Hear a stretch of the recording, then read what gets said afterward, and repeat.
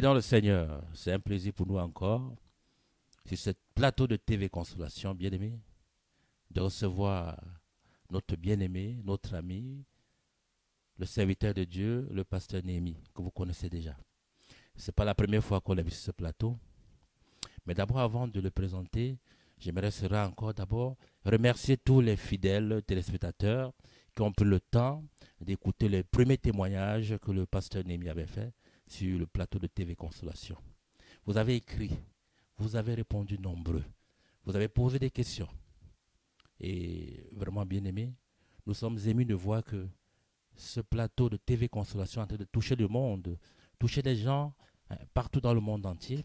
Les gens ont témoigné, ont écrit depuis l'Haïti, depuis le Congo, depuis la France, depuis les États-Unis, un peu partout dans le monde. Nous avons reçu plein d'encouragements, plein de questions. Et mon cœur est dans la joie de savoir que vraiment, cette télévision-là, TV Consolation, est en train d'impacter, toucher, alléluia, beaucoup de monde. Et voilà pourquoi on n'a pas hésité à inviter encore l'homme de Dieu sur votre demande, afin qu'il vienne répondre, alléluia, aux multitudes de questions que le peuple de Dieu a posées et que même les non-chrétiens ont posées. Ceux qui sont encore dans le monde, qui vivent encore dans les choses, alléluia, des ténèbres, qui veulent savoir comment s'en sortir, alléluia. Vraiment, c'est un privilège pour nous, sur ce plateau encore aujourd'hui, de recevoir l'homme de Dieu, le pasteur Néhémie Mauricio Makanda. Bien-aimé, c'est un homme que Dieu est en train d'utiliser puissamment. Et j'aimerais encore t'inviter, alléluia, à l'écouter attentivement, car il a pris le temps de venir encore répondre à votre invitation. Et vraiment, nous allons laisser la parole afin que lui-même se présente. Pasteur Néhémie, avant de te présenter, j'aimerais ça qu'on remercie l'Éternel et qu'on confie ce temps à l'Éternel afin que tout ce qui va se dire sur ce plateau soit, alléluia, pour la gloire de Dieu, et que lorsque les gens vont écouter ce témoignage, ces réponses, ces questions, bien aimés, qu'ils soient touchés et impactés. Voilà pourquoi je te laisse la parole de prier. Merci beaucoup, frère pasteur Emani, de m'avoir encore invité dans ce plateau pour essayer de répondre aux questionnements des frères et sœurs qui ont posé concernant les témoignages. Mais avant d'aller plus loin, nous allons remercier le Seigneur Amen. qui nous a donné cette grâce d'aujourd'hui, en fait que nous puissions encore une fois partager la grandeur de son amour, ainsi que de répondre selon l'Esprit Saint va me diriger à vos questionnements. Père éternel, Dieu Tout-Puissant, oui, Dieu de gloire, nous voulons encore une fois, Seigneur, aujourd'hui, à cette heure, Seigneur, te remercier, mon Dieu, mon roi, pour la grâce et pour la bonté, Seigneur, que tu nous as montré aujourd'hui. Oui, Seigneur Jésus. Tu nous as permis, Seigneur, de se réveiller le matin et de voir le soleil qui se lève. Nous te disons merci, mon Dieu, mon roi, pour ton amour, pour ta grandeur. Alléluia. Sois béni, sois exalté, sois honoré, Dieu Tout-Puissant. Oui, Seigneur Jésus-Christ. Que nos âmes, nos esprits et nos corps te louent, exaltent, t'émerveillent. Oui, Seigneur. Papa, voici, nous sommes ici. Nous ne sommes pas ici, Seigneur, pour que les gens nous connaissent, pour que les gens puissent vraiment dire que telle et telle personne est une personne vraiment réputée ou quoi que ce soit.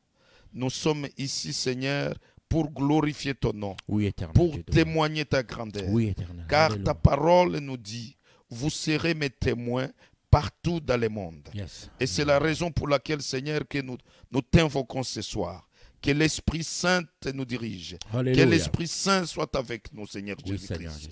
Nous brisons toute force, toute la puissance diabolique, toutes les puissances démoniaques dans les noms puissants de Jésus-Christ. Toutes les puissances qui peuvent nous empêcher de ne pas, Seigneur, répondre correctement aux questionnements de tes enfants. Nous les chassons au nom puissant de Jésus-Christ. Que ta paix, Seigneur, règne sur nous. Et que ton Esprit Saint, Seigneur, touche à tous ceux et celles Oh, qui Jesus. suivront, Seigneur, ces Oh, réponses aux gens. oh, yes, Lord. Laisse que ton Esprit Saint nous dirige cet après-midi et en fait que, Oh, Seigneur, ton nom soit encore glorifié Oui, et que Seigneur tu Jésus. puisses toucher le cœur des gens qui sont encore endurcis, Seigneur. Oui, Le Seigneur cœur Jésus. des gens qui sont encore prisonniers par les démons, Oh, qui sont encore esclaves, Seigneur, par les démons. Oh, Papa, laisse qu'à travers ces messages, que tu puisses aller les toucher et les sauver et les faire devenir tes enfants. Amen, amen. Merci Dieu Tout-Puissant, car j'ai confiance en toi. Tu nous as dit, Seigneur, je serai avec vous jusqu'à la fin du monde. Et je sais, Seigneur, que tu es avec nous, Papa. Ce soir, mon Dieu, mon roi, cet Alléluia. après-midi, nous te demandons que tu puisses oindre la Oh, puissance de l'Esprit Saint sur nous et pour tous ceux et celles qui vont nous écouter. Papa, Alléluia. nous te disons merci pour toutes choses. Bénis ton serviteur Emani, Seigneur, qui m'a invité ici encore dans ce plateau pour partager ensemble ta gloire et non la gloire d'un être humain. Sois béni, sois exalté, sois honoré, Jésus-Christ. Que mon âme, mon esprit et mon corps te louent, exaltent et t'émerveillent. Nous te disons merci, Seigneur. Entre tes mains, nous te mettons ce programme de ce soir, cette interview, Seigneur. Que tu sois avec nous, que tu puisses nous diriger et que ta gloire soit manifestée. C'est dans le nom puissant de Jésus-Christ que nous avons ainsi prié. Amen. Amen, amen, amen, amen, amen. Amen.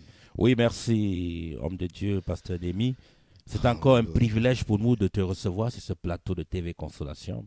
Et pour ceux qui nous écoutent pour la première fois, TV Consolation, c'est un plateau, une chaîne de télévision qui a pour but d'exhorter, édifier, encourager et dévoiler les œuvres des ténèbres afin d'apporter la lumière aux enfants de Dieu. Alléluia, que l'ennemi est en train de, alléluia, déstabiliser par des ruses, par une subtilité, alléluia, en train de détruire les familles. Voilà pourquoi, bien aimé, Dieu nous a, alléluia, donné ce mandat afin de détruire, dévoiler les œuvres des ténèbres. Et le pasteur Némi est encore là ce soir, sur ce plateau, alléluia, pour répondre aux questions de téléspectateurs qui ont suivi la première émission concernant, alléluia, le rôle qu'il a joué dans le camp de Satan. Il a travaillé, pour ceux qui n'ont pas écouté le premier témoignage, depuis son enfance, dès l'âge de 9 ans, si je ne me trompe pas, pasteur. Avant ça. Avant ça. Oui. Waouh! Bien-aimé, vous qui nous écoutez, c'est un homme qui a travaillé pendant longtemps dans le camp de Satan. Et qui connaît le camp de Satan, qui connaît les manœuvres, les ruses de Satan, qui a travaillé, bien-aimé, dans ce camp pendant plus de 20 ans, bien-aimé. C'est un long témoignage. Donc, pour ceux, les bien-aimés, qui ont posé des questions, voilà, aujourd'hui, il va essayer de répondre à certaines questions. Parce qu'on ne pouvait pas répondre à toutes les questions. Parce qu'il y a tellement de... Nous avons reçu presque 900 courriers, bien-aimés. Et nous ne pouvons pas répondre à 900 questions, bien-aimés. Voilà pourquoi nous avons laissé le Saint-Esprit nous guider. Nous avons choisi quelques questions. Et il va essayer de donner des réponses à ces questions. Donc, Pasteur Némi, je te laisse la parole. Merci encore une fois, pasteur Emani. Tout d'abord, je vais me présenter pour Amen. que les frères et sœurs qui nous écoutent ce soir puissent me connaître. Mon nom, je réponds au nom de pasteur et messager dédié, Némi Morichon Makanda. Je suis le pasteur de l'église Christ, l'agneau dédié qui ôte les péchés du monde de Montréal, qui se trouve au 34 53 rue Notre-Dame Ouest. Amen. Merci beaucoup, frère. Encore une fois, je suis tellement content à chaque fois quand on se rencontre pour partager le merveilleux du Seigneur, la bonté, son amour, sa grâce, de ce qu'il continue à faire dans le monde à propos de ses enfants. Le Seigneur, son œuvre rédemptrice continue toujours à œuvrer pour le bien des êtres humains. Alors, je vais, comme je viens de me présenter, et donc je suis disposé, mes chers frères et sœurs, de répondre aux certaines questions que nos frères et sœurs ont posées, les pasteurs Emani, concernant les témoignages. Comme il a dit, les questions sont tellement nombreuses. Donc, on essaiera, comme il a dit, de répondre aux questions qui ont été choisies. Mais j'espère que les questions qui ont été choisies répondront aussi aux réponses et aux préoccupations de tous les frères et sœurs qui ont aussi posé leurs questions. Amen, amen. Merci. Et encore pour ceux qui ne me connaissent pas, je suis le pasteur Séraphin Remani de l'Assemblée chrétienne Puissance et Consolation. Donc, nous allons commencer par une première question. Et la question vient du frère Jean d'Haïti. Le frère nous a posé la question. Il veut savoir en quelle année vous avez abandonné le camp de Satan et comment s'est passé ce temps-là. Si vous pouvez parler de cette période avec détail. Voilà la question du frère qui vient d'Haïti. Merci beaucoup, frère Jean. Frère Jean, pour votre question. C'est une question qui est tellement importante et je vais le répondre avec amour, avec joie. J'ai rencontré le Seigneur, c'était en 1997, lorsque le Seigneur a décidé de me faire retirer dans le monde des ténèbres pour m'amener dans le monde de lumière. Vous savez, quand on est au service des diables, on est dans le monde des ténèbres. Mais quand le Seigneur nous retire dans ce monde de ténèbres, nous arrivons maintenant dans le monde de la lumière. Frère, j'ai quitté ce monde, c'était en 1997. Merci. Amen. Mais avant de continuer avec notre question, peux-tu un peu situer les téléspectateurs qui n'ont pas eu la chance d'écouter la première émission, de parler un peu de petit parcours, essayer de les situer un peu de ce que tu as vécu, ce que tu as expérimenté quand tu travaillais dans le camp des ténèbres. Essaye un peu de parler un peu pour que les frères qui n'ont pas écouté le premier témoignage puissent au moins savoir de qui tu es, qu'est-ce que tu as fait, qu'est-ce que tu étais dans ce camp des ténèbres. Merci Brièvement. beaucoup, pasteur, encore une fois pour la question. À l'époque, quand je servais dans le monde des Satan, j'étais un grand guérisseur traditionnel et j'avais pour mission aller retirer les chrétiens et les amener vers le monde satanique. J'ai commencé comme ceux qui ont attendu le premier témoignage. J'ai commencé cette œuvre à mon enfance. Et lorsque je suis né, j'étais né avec des dons, comment on appelle ça? J'étais comme un médium. De voyance. Donc les dons de voyance. Donc je voyais des choses à mon enfance que les autres ne voyaient pas. Alors, dans ce sens-là, en grandissant, j'ai commencé à aimer, puisque j'étais toujours visité par des esprits, par l'esprit qui était soi-disant ma fiancée, qu'elle s'appelait Méridan. Donc, c'est cet esprit-là qui m'a vraiment amené vers ce monde de guérisseurs, où j'ai été formé par les diables. Je suis parti dans le monde invisible, le monde des esprits. J'ai été formé pour devenir un guérisseur. Mais un guérisseur, ce que j'aimerais vraiment vous faire connaître, vous devez savoir que dans le monde diabolique, il y a des métiers. Il y a des métiers comme dans notre monde humain. Et chaque esprit a ses métiers, a ses formations. Donc moi, j'étais dans le domaine de la santé, mais pour objectif de faire retirer les chrétiens et les amener vers le monde satanique. Donc voilà, j'ai travaillé longtemps, j'ai fait beaucoup de choses que je pense on ne peut pas avoir même pas le temps de répondre. Voilà, puisque c'est beaucoup, c'est toute une vie. De l'enfance jusqu'à l'âge adulte, à 26 ans, j'en ai fait beaucoup de choses.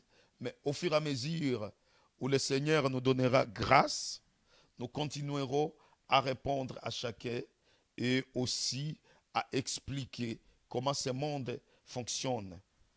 Amen, Merci. amen, amen, amen, amen. Donc, nous allons passer à la deuxième question Mm. qui vient de Congo-Brazzaville, de Madame Martine. La question, pendant votre fonction de guérisseur, avez-vous pu détruire des églises, des hommes de Dieu? Si oui, donnez des précisions. Pouvez-vous dire si certains chrétiens étaient plus résistants lors de vos attaques pour détruire? Si oui, donnez des précisions. Merci, ce sœur Martina. Oui, Martine, qui vient de Congo-Brazza. Oui. Et merci beaucoup, sœur Martine du Congo-Brazzaville. Je vais répondre à cette question comme le pasteur, il a dit, pasteur Emani, on a choisi, il a choisi certaines questions. Et dans ces questions, il y en a des questions qui demandent des réponses bibliques et il y en a d'autres qui ne demandent pas des réponses bibliques, qui demandent de mon expérience vécue. Amen. Comme notamment de cette, question question-là. Lorsque j'étais dans ce monde satanique, eh bien oui, j'ai détruit beaucoup des églises. Si nous dit l'église, l'église ce n'est pas les bâtiments, mais l'église c'est l'individu. Et donc, c'est-à-dire, j'ai détruit beaucoup de gens qui étaient faibles, puisque vous savez, il y a deux catégories de chrétiens et chrétiennes. Il y a ceux qui adorent le Seigneur par l'esprit et la vérité, et il y a ceux d'autres qui adorent le Seigneur puisqu'ils ont besoin d'aller passer un temps peut-être avec les gens à l'église, mais dont leur cœur n'est pas au Seigneur. Ce sont des chrétiens charnels. Les chrétiens charnels. Donc, il y a deux catégories de chrétiens qui peuvent être baptisés, qui a accepté le Seigneur, qui a été baptisé, mais dont la foi n'est pas vraiment, ou sa confiance n'est pas liée directement au Seigneur Jésus-Christ. Donc, oui, j'ai vraiment fait tomber beaucoup des hommes comme des femmes, des jeunes comme des garçons comme des filles, des papas comme des mamans, des vieux comme des vieillards. Donc j'en ai vraiment fait tomber beaucoup. Et à ce qui concerne, puisque cette question a comme un sous-question, est-ce que certaines questions sont plus résistantes et certains chrétiens, excuse-moi, sont plus résistants que les autres? Eh bien oui. Comme je le dis, vous savez, mes chers frères et sœurs, quand j'étais dans le monde des ténèbres, j'avais des yeux qui étaient ouverts, dont je voyais des choses invisibles et visibles. Et je peux vous dire que je différenciais les vrais chrétiens et les faux chrétiens. Les vrais chrétiens, dont ce qu'on appelle les élus de Dieu, celles qui ont confié leur vie au Seigneur, celles qui ont dit ma vie, mon existence, mon corps, je l'ai donné à mon Seigneur Jésus-Christ. Celles-là, je vous dis, mes chers frères et sœurs, jour et nuit, sur leur front, ici où je pointe mes mains, il y a un feu qui s'allume jour et nuit. Une flamme sur la tête. Une flamme qui s'allume sur la tête ou sur le front. Ici sur le front. Ok. Et ces chrétiens-là sont des redoutables chrétiens que même ni Satan, avec tous ses démons, ne peut jamais vraiment aller détruire. Puisque quand il est dans cette dimension-là, où le feu ou la lumière, les flammes qui s'allument sur sa tête, donc cette personne, elle marche avec le Seigneur dans la bonne voie. Dans la vérité. Et dans la vérité. Dans l'intégrité. Et dans l'intégrité, et dans l'obéissance, et dans la crainte. Amen, amen. Donc cette personne-là, tu ne peux pas oser aller les toucher. Cependant, quand cette lumière s'éteint, cette feu s'éteint, c'est-à-dire ce chrétien-là, il a fait quelque chose, il a péché. Et ce péché-là a entraîné la lumière de Satan et il peut être facilement atteint par la puissance et les esprits. Un instant avant de continuer. Oui. Donc le péché éteint carrément la lumière ou bien diminue la lumière. Diminue la lumière. La lumière ne s'éteint pas, Oui. ça diminue, ça devient faible, Oui. mais ça ne s'éteint pas. Oui, mais si c'est un péché qui continue à faire, la lumière peut s'éteindre. Complètement. Oui, peut s'éteindre complètement. Donc tu restes un chrétien qui avait de la puissance, mais dont la puissance n'est plus là. Parce que l'Esprit de Dieu ne demeure pas dans un lieu où l'individu fait les péchés tout le temps. Okay. L'Esprit de Dieu ne demeure pas ça. Il ne demeure pas dans cet individu-là. Mais il demeure dans l'individu où l'être humain, personne n'est parfait. Quand tu fais un péché et tu te répands, automatiquement, Dieu renouvelle la puissance qu'il a mis en toi et tu continues toujours à être solide dans toutes les attaques de l'ennemi. Voilà. Amen, amen, amen, amen. J'espère que notre sœur Martine de Congo-Brazzaville a eu sa réponse. Mais je pense qu'il y a encore une question qui reste, où elle dit, qu'est-ce qui vous a poussé à abandonner le camp de l'ennemi? Alors que si vous étiez si heureux, si content de travailler dans ce camp, et qu'est-ce qui vous a amené, qu'est-ce qui vous a poussé à abandonner ce camp? C'est la même sœur Martine du Congo-Brazzaville qui continue. Qu'est-ce qui vous a poussé à abandonner ce camp? Merci pour la question encore. Ce qui m'a poussé, puisqu'il y a à peu près 3 sous-questions là-bas. Est-ce que tu aimais cela? Qu'est-ce qui t'a poussé à abandonner? Est-ce que tu étais heureux dans ce monde? En vrai dire, lorsque j'étais dans ce monde de ténèbres, j'étais content. Puisque je ne connaissais pas encore le Seigneur. Je ne connaissais pas encore l'amour de Dieu. Je ne connaissais pas encore cette paix, cette joie qui est dans le Christ Jésus, notre Seigneur. Mais je connaissais seulement, ce n'est que cette soi-disant paix du Satan qui n'est pas une paix, mais qui a un sens trompeuse. Et oui, j'avais la joie dans ce monde-là, puisque toutes les choses que je faisais à cette époque, je les voyais que c'est bien pour moi, alors que ce n'était pas bon. C'était vraiment un crime contre le Seigneur, un crime contre les humains, puisque quand tu fais entraîner une personne dans les choses qu'il ne voulait pas faire, tu commets un péché et ce n'est pas bon ni pour Dieu ni pour la personne. Et donc, voilà ma sœur Martine, que je peux dire, j'étais bien dans cette époque-là, mais maintenant, comme je suis dans le Seigneur, je suis plus heureux, plus joyeuse, plus dans la paix, très content que tout le temps que j'ai fait dans le monde des ténèbres. À cette époque, j'étais ignorant. C'est pourquoi j'ai dit que je me sentais heureux, je me sentais bien. Mais j'étais ignorant à cette époque. Quand nous sommes emprisonnés par le diable, tout ce qu'on fait, on les voit que c'est correct, c'est bon. On est aveuglé. On est aveuglé. Il y a un voile. Voilà. Et pourtant, ce n'est pas bon. Donc, nous allons passer à la question suivante. La question, on dirait que c'est la sœur Martine, je n'ai pas de nom ici. Ok. Avez-vous rencontré personnellement Satan? Ou pouvez-vous nous dire si vous avez rencontré aussi des pasteurs dans ce monde?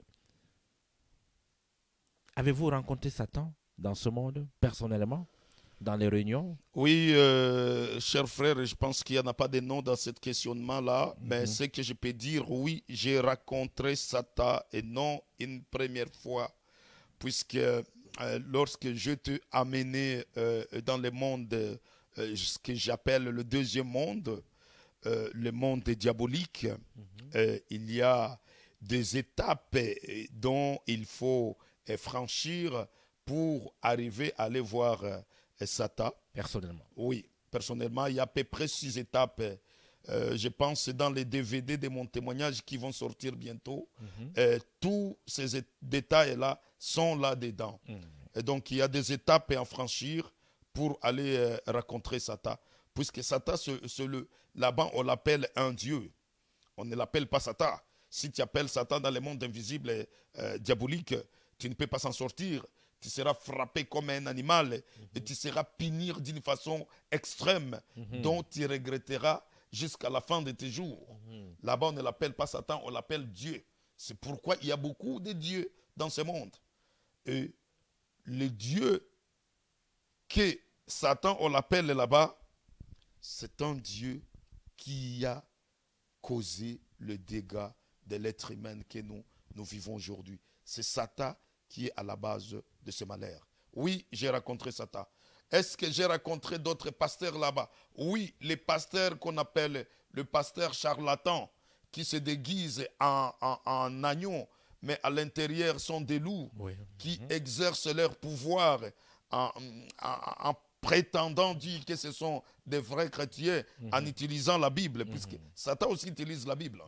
Ça, il faut le connaître, mes chers frères et sœurs. Le fait de quelqu'un d'utiliser la Bible ne signifie pas que réellement c'est un serviteur de Dieu. Ou bien un enfant de Dieu. Ou un enfant de Dieu. La Bible, Satan il connaît les versets bibliques. Souvenez-vous, quand il a tenté Jésus dans Matthieu, hein, il utilisait aussi la Bible. Il est écrit, il est écrit. Jésus aussi répondit dans la parole aussi. Il est écrit ainsi. Donc, être un enfant de Dieu, c'est le Dieu qui connaît ses enfants. Et je vous donne un conseil, il faut faire attention de ne pas juger les gens, puisque c'est Dieu qui connaît ses vrais serviteurs, ses vrais enfants du Seigneur. Amen, amen, amen. Donc amen. oui, il y avait des pasteurs et qui sont encore aujourd'hui, qui allaient là-bas, qu'on s'est croisés pour aller demander le pouvoir. Et ils utilisaient la Bible pour tromper, mais moi j'utilisais les gris-gris, la fétiche, le pouvoir pour attirer les gens au Satan. Voilà la réponse. Ok, merci pour la réponse, pasteur. Maman Micheline d'Afrique du Sud, vous avez déjà répondu à la première question. Étiez-vous heureux dans ce cas? Vous avez répondu à ça. La maman Martine a posé aussi la même question. Avez-vous eu des enfants dans ce cas? C'est une bonne question. Lorsqu'on sait, cet esprit Mérida met à Paris, on était encore tous jeunes. À cette époque, j'étais à Bujumbura où j'habitais au Burundi. J'avais 6 ans quand il met à Paris. Je suis 6 ans. 9 ans, il met encore à Paris pour me dire je dois aller au Tropicana, donc au lac, pour qu'il m'amène chez elle, en fait de pouvoir nous unifier et nous marier officiellement. Donc, je n'ai pas eu des enfants, mais on avait vraiment une relation de couple. Okay. Donc, voilà. Ok, maman Micheline, toujours la suite de sa question. Est-ce que dans ce camp-là, on craint le Dieu suprême, le Dieu créateur de l'univers, Elohim? Est-ce que là-bas, on le craint? Est-ce qu'on le respecte dans ce monde-là? Bien-aimés, mes chers sœurs et frères, sachez que si vous êtes un être humain créé à l'image de Dieu, qui ignore encore l'existence de Dieu Tout-Puissant, qui ignore encore l'existence de Dieu Créateur, je peux te dire que mon cher frère et sœur, ce n'est pas toi, mais tu es trompé, tu es enfermé par le diable. Le diable, il connaît très bien le Dieu créateur. Il connaît très bien Jésus-Christ, notre Sauveur. Ils les craignent. Ils savent qu'un jour, ils seront jugés. Ça, ils connaissent cela. Car je me rappelle, un jour, on avait une réunion.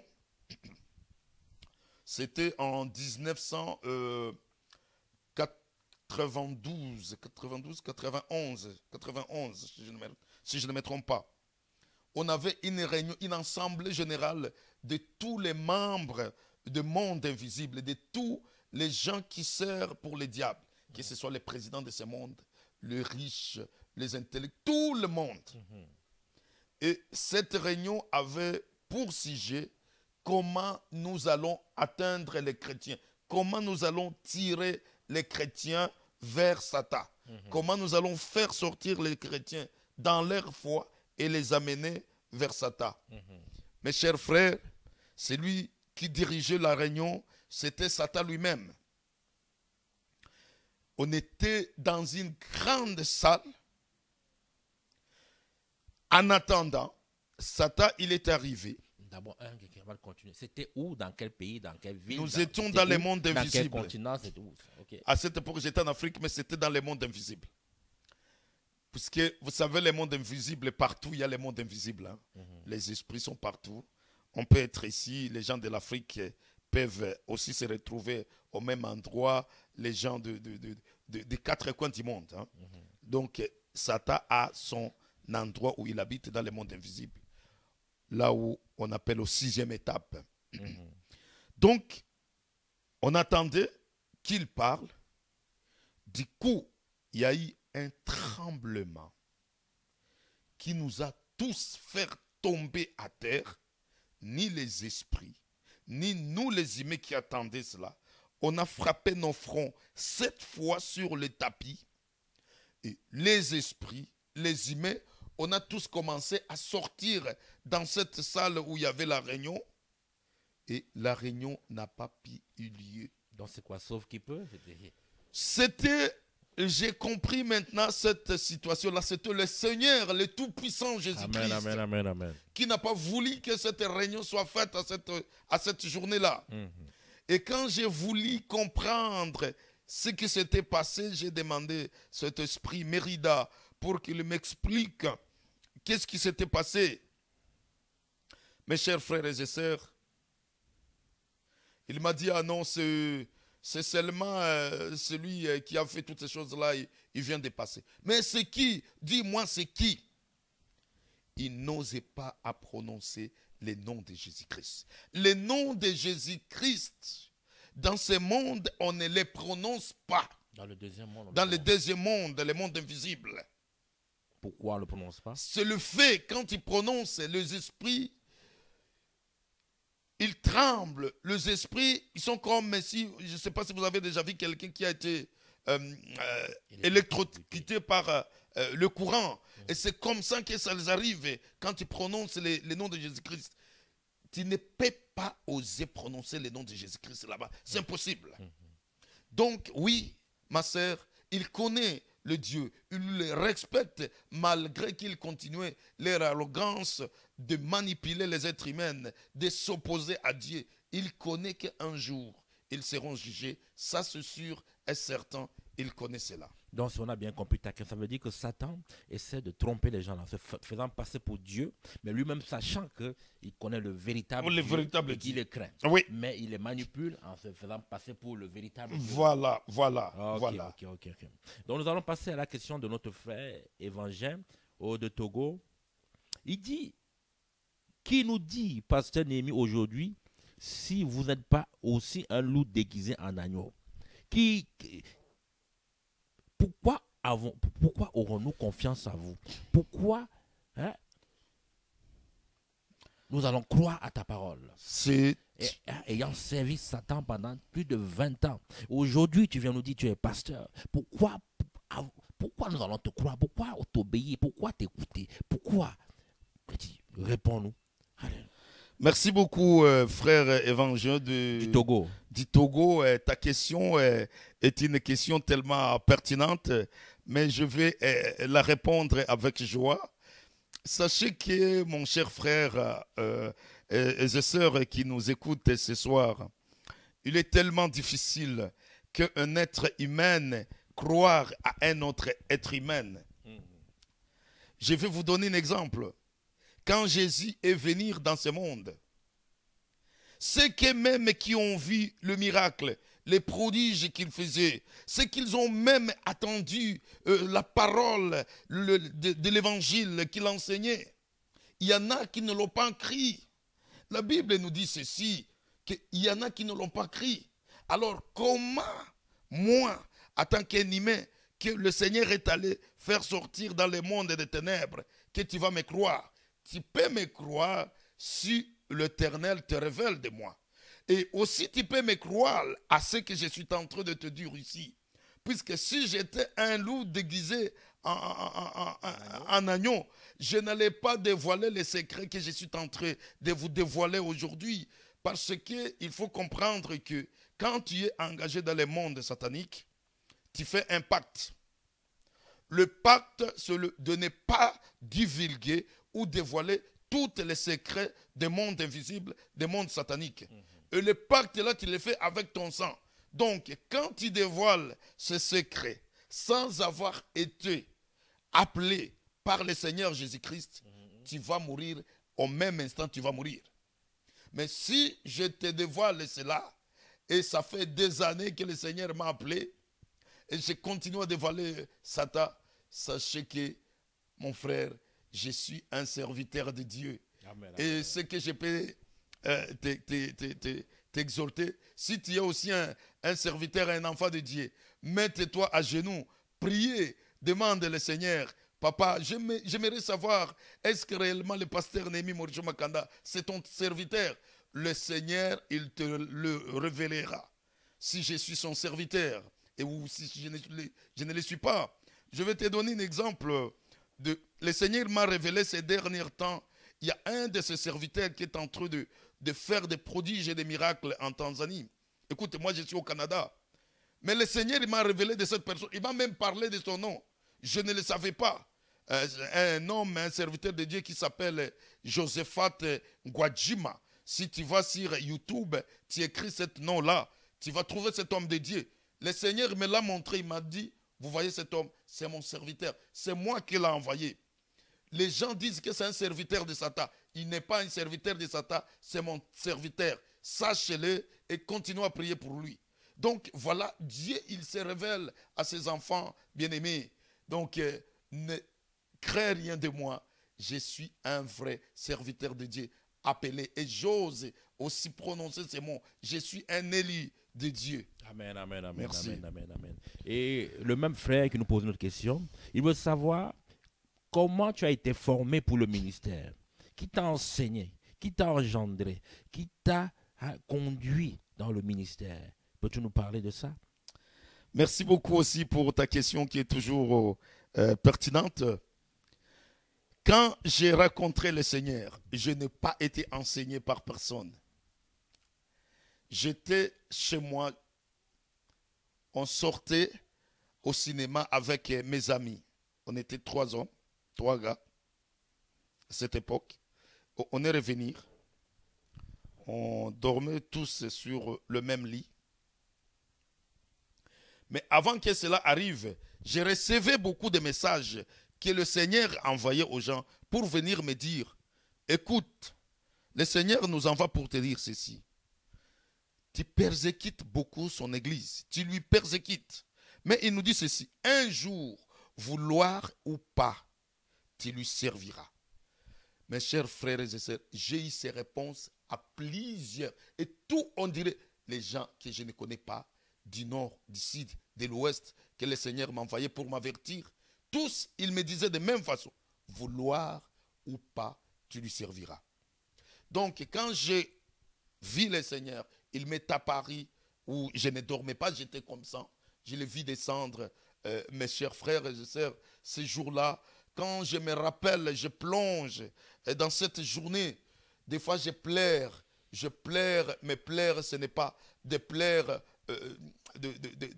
d'inquiétude ou de mécontentement. Mais mes pleurs, c'est des pleurs de la joie, le pleurs de bonté, de voir que le Seigneur, moi, qui était un homme perdu, un homme qui persécutait son église, il est allé me chercher. Donc voilà, mes chers frères et sœurs, c'est le Seigneur qui m'a appelé. Et ensuite, je suis allé voir un pasteur et je lui ai parlé.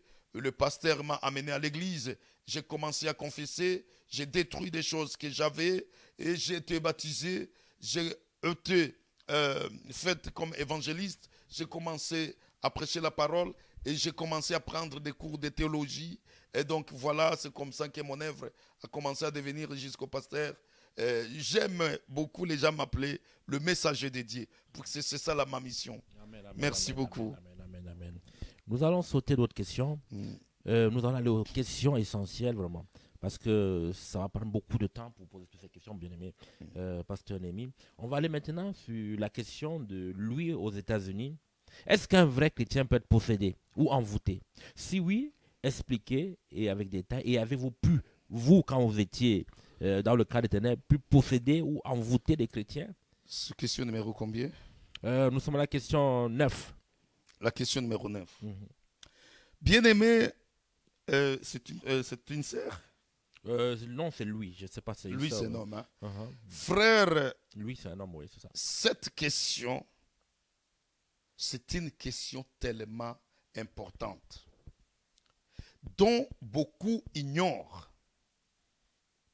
Je vais répondre dans cette question tellement avec une grande prudence, avec l'expérience que j'ai vécue, que j'ai vue. Oui, tout d'abord, je peux répondre que oui, un chrétien peut être possédé par un démon. Un chrétien peut être envoûté par la sorcellerie, oui. Mais il faut savoir comment et pourquoi un chrétien il peut être envoûté ou il peut être possédé par un esprit. Il y a des raisons qui peuvent faire en sorte que un chrétien ou chrétienne soit possédé par un démon ou soit envoûté par la sorcellerie ou peu importe l'envoûtement qu'on a utilisé contre lui. La première chose qui peut faire un chrétien d'être envoûté ou ensorcelé ou possédé, c'est le péché. Vous savez, quand tu commets des péchés, tu ouvres dans ton corps les portes. Et dans ces portes, Satan pénètre là-dedans. Il te possède sans le savoir. Et il va commencer à t'utiliser sans même le savoir dans des actes, sans même savoir pourquoi je fais cela. Des fois, ton cœur dit non, je ne vais pas faire cela, mais tu entends une autre force qui te pousse à le faire. Tu peux être envoûté. Quand tu as ouvert le péché que tu as fait, les sorciers, comme je vous ai raconté, avant que les chrétiens, jour et nuit, sur leur front, il y a le feu, où il y a ce feu qui s'allume jour et nuit, et ce feu, il s'éteint lorsqu'on a commis des péchés. Alors, quand ce feu est atteint, là, tu peux être atteint par l'envoûtement et tu peux être possédé. Vous comprenez? Mais si tu n'es pas fait de ces choses, je te dis, tu ne peux pas être envoûté. Deuxième autre chose qui peut faire en sorte... Un instant, donc ça veut dire qu'un véritable chrétien qui craint Dieu, qui vit une vie de sanctification, qui vit dans la vérité, dans l'intégrité, qui craint Dieu, Ouais. qui médite la parole de Dieu comme la parole de Dieu déclare, Ouais. qui est un adorateur, ne peut pas être possédé ni envoûté. Oui. Amen. Et je vais, il y a une autre réponse dans ça. Ok. Comme j'ai dit, le péché, c'est la source. Dans 2 Corinthiens, au chapitre 12, au verset 7 et 9, ils nous disent, Paul lui-même, c'est Paul lui-même qui nous dit comment il a été, une écharde a été déposée sur sa chair. Et il continue à dire que cette chair, c'était un ange de Satan qui lui souffletait pour de ne pas s'enorgueillir. Et dans ce verset, Paul il nous dit qu'il a supplié plusieurs fois le Seigneur de lui enlever cet esprit. Mais la réponse de Dieu était quoi? Ma grâce te suffit. Alors, imaginez-vous, Paul, il était possédé par un ange de Satan. Un grand Paul. Pourquoi? Parce que chez les Paul, il y avait un esprit d'orgueil. Et le fait que Dieu a autorisé l'esprit d'entrer dans le corps de Paul, c'était pour la maîtriser, pour qu'il ne s'enorgueille pas à cause de l'excellence des dons que Dieu lui avait donnés. Donc, il était envoûté, il était possédé. Il lui dit, va lire dans 2 Corinthiens, au chapitre 12, au verset 7 jusqu'à 9. La Bible aussi nous dit, Dieu, il a permis qu'un esprit de jalousie entre dans le corps de Saoul. Hein? Et va lire dans 1 Samuel au chapitre 16 au verset 14 ou au même 1 Samuel au chapitre 18 au verset 10 à 15. Il y a des raisons qui peuvent faire qu'un chrétien ou une chrétienne peut être possédé ou envoûté. Mais ces raisons-là sont des raisons qui ont des sens de péché ou quelque chose qui est à nous, que Dieu n'aime pas, alors il peut utiliser par sa providence. Vous savez, Dieu, c'est un Dieu de providence. Ok. Il a toute l'autorité, il peut faire tout ce qu'il veut. Et on peut aller voir l'histoire de Job. Qu'est-ce que Job a fait? Il n'avait commis aucun péché. Mais Dieu, il a voulu, Satan, lorsqu'il est allé au ciel, la Bible nous dit dans Job 1 que lorsque les enfants de Dieu se réunissaient, Satan aussi est venu au milieu d'eux. C'est Dieu qui a commencé à poser question à Satan. D'où tu viens? Satan il répond, je viens de circuler dans le monde. Parcourir la terre. Parcourir la terre. C'est Dieu encore qui dit, as-tu vu mon serviteur Job? Il n'y a pas une personne comme lui sur la terre.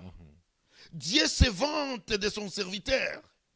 Eh bien, vous savez l'histoire, la réponse de Satan. Il dit, ben, écoute là, si Job, il te craigne, si Job t'obéit, c'est parce que tu lui as béni, tu lui as donné plein de choses. Et puis tu le protèges. Et puis tu les protèges. Mais permettez-moi d'aller, de toucher de ces affaires si il ne te niera pas en face. Qu'est-ce que Dieu l'a dit? Vas-y. Et Satan est allé tenter Satan et Job. Vous connaissez l'histoire. Qu'est-ce que Job il a fait? Rien. Mais il a été possédé, attaqué par des esprits mauvais, de toutes sortes de maladies, des envoûtements, des destructions de ses richesses, de ses enfants. Donc, si quelqu'un, un chrétien, vous voyez un chrétien ou une chrétienne, a un problème, il est possédé, ne juge pas cette personne, mais priez pour lui. Demandez à toi, qu'est-ce qu'il a fait pour qu'il soit ainsi? Puisque si nous ne faisons pas aucune chose, jamais, jamais, je vous dis, j'ai jeté les sorts sur des vrais chrétiens, je n'arrivais pas, j'ai évoqué des esprits, puisque les esprits, il y a des hiérarchies démoniaques. J'ai envoyé des supérieurs esprits, mais ils n'arrivaient pas à atteindre le vrai chrétien. Peux-tu nous rappeler encore combien d'esprits qui étaient à ta disposition, avec qui tu travaillais encore? Quand j'ai travaillé, dans ma disposition, j'avais 47 772 esprits que j'ai travaillé avec. Et tous ces esprits-là, chacun avait des rôles différents. Mais bien aimés, continuons à vivre dans le Seigneur pour combattre toutes les attaques de l'ennemi, la sorcellerie, l'envoûtement, les magies, la nécromancie. C'est dans le Seigneur que nous possédons le pouvoir de tout vaincre. Amen. Que Dieu te bénisse. Ok, mais j'aimerais revenir à ce que tu as dit sur l'apôtre Paul. D'après ce que tu viens de dire, ce n'est pas la même lecture que d'autres hommes de Dieu ont de ce que tu viens de dire, donc cela ne t'engage que toi-même là.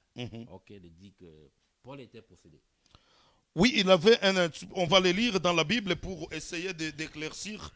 Mes chers frères, je ne parlais pas des choses qui viennent dans ma bouche, mais nous allons utiliser la Bible afin que nous puissions comprendre ce qui est écrit. C'est dans Corinthiens, 2e Corinthiens, au chapitre 12, au verset 7.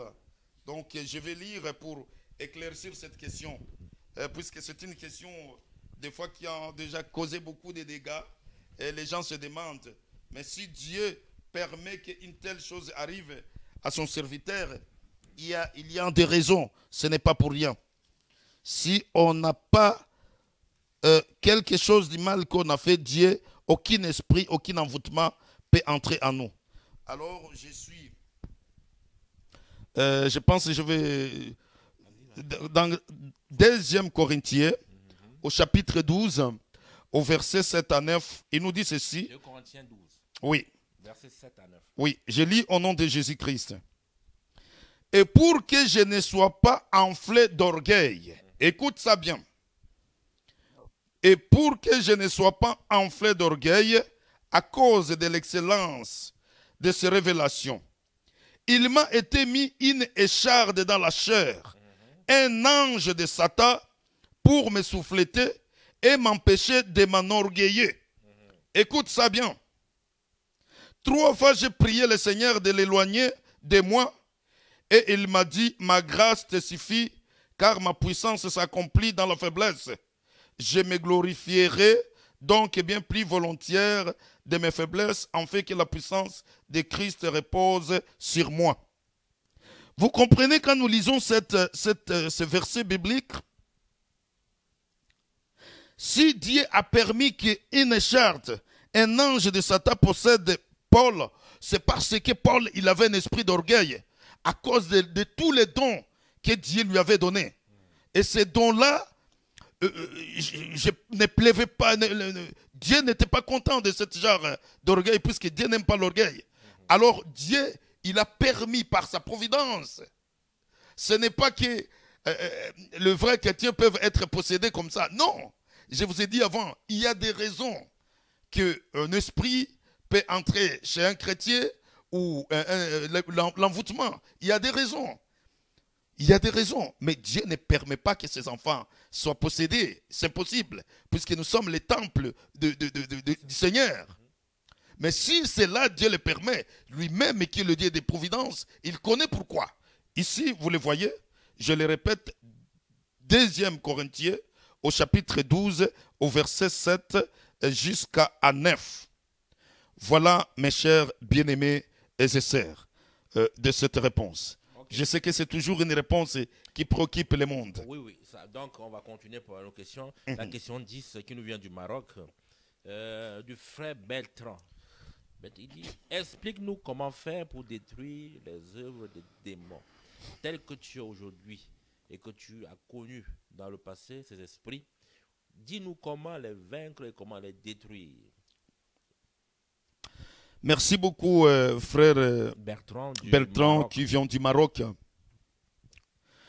La question est forte, elle est pertinente, elle est facile à répondre, mais elle n'est pas aussi facile à répondre. Elle est facile à répondre, pourquoi? La première chose, pour avoir le pouvoir de chasser les démons, de chasser les mauvais esprits qui possèdent les gens, il faut tout d'abord croire en Jésus-Christ. La Bible nous dit,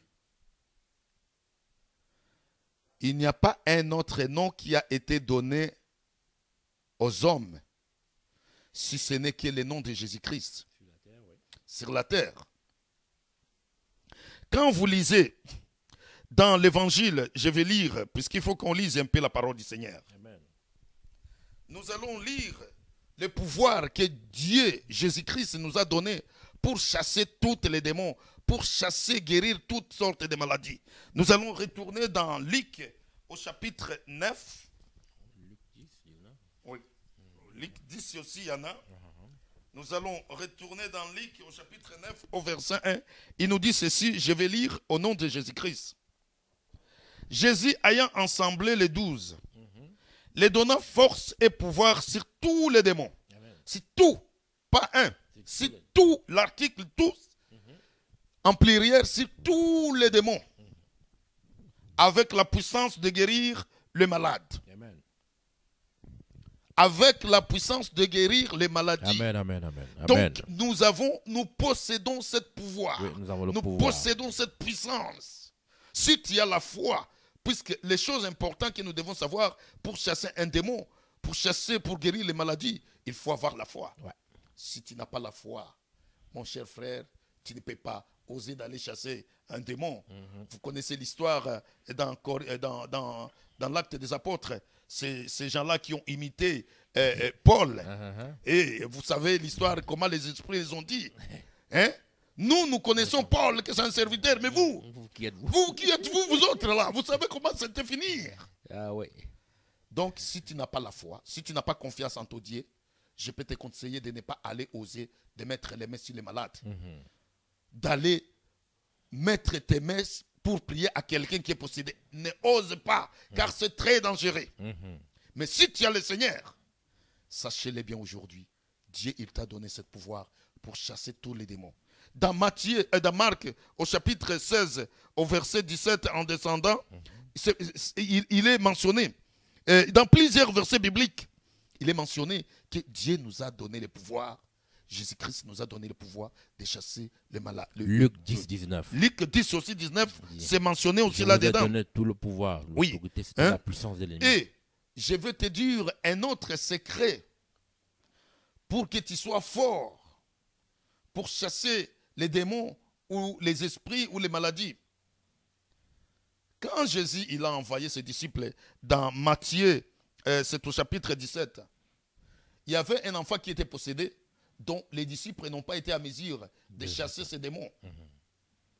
Après avoir échoué, le père de cet enfant est venu voir Jésus. Il les a dit, j'ai amené mon fils à tes disciples, mais ils ne l'ont pas guéri. Jésus, il a réprimandé les disciples. Il les a dit, homme d'épée de foi, jusqu'à combien de temps que je serai avec vous? Et alors, les disciples ont voulu savoir les secrets. Ils se sont rapprochés de Dieu.